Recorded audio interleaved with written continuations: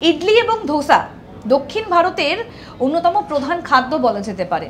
তো ইডলির বিভিন্ন ধরন রয়েছে, বলতে পারেন এই রাভা ইডলি যেটা এই মুহূর্তে খুবই জনপ্রিয়। এই রাভা ইডলির প্রচলন কোথায় হয়েছিল বা রাভা ইডলি কোথায় আবিষ্কার হয়েছিল, আসলে এই বিষয়ে আপনাদেরকে আজ বলি। বেঙ্গালুরুতে আবিষ্কার হয়েছিল। বেঙ্গালুরুর রাভা ইডলি আবিষ্কার করেছে। রাভা ইডলি আজ যে কোনো দক্ষিণ ভারতীয় রেস্তোরাঁয় পাওয়া যায় এবং এটা অত্যন্ত জনপ্রিয় এবং সুস্বাদু, কিন্তু খুব কম লোকই জানেন যে এর উৎপত্তি কোথায়।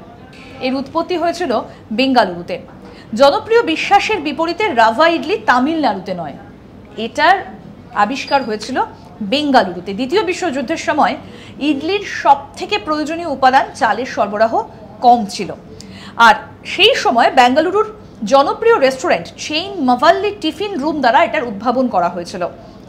যখন চাল, যা ইডলিতে প্রধান আইটেম, সরবরাহের অভাব ছিল, তখন তারা সুজি ব্যবহার করে এবং এই সুজি ব্যবহার করে রাভা ইডলি তৈরি করা হয়েছিল বেঙ্গালুরুর একটা রেস্তোরাঁয়। কারণ তখন বিশ্বযুদ্ধ চলছে, দ্বিতীয় বিশ্বযুদ্ধ, আর সেই সময় চালের যোগান কম, তাই সুজি দিয়েই তৈরি হয়েছিল রাভা ইডলি। দেখতে থাকুন আজ তাক বাংলার ইউটিউব চ্যানেল, সাবস্ক্রাইব করুন।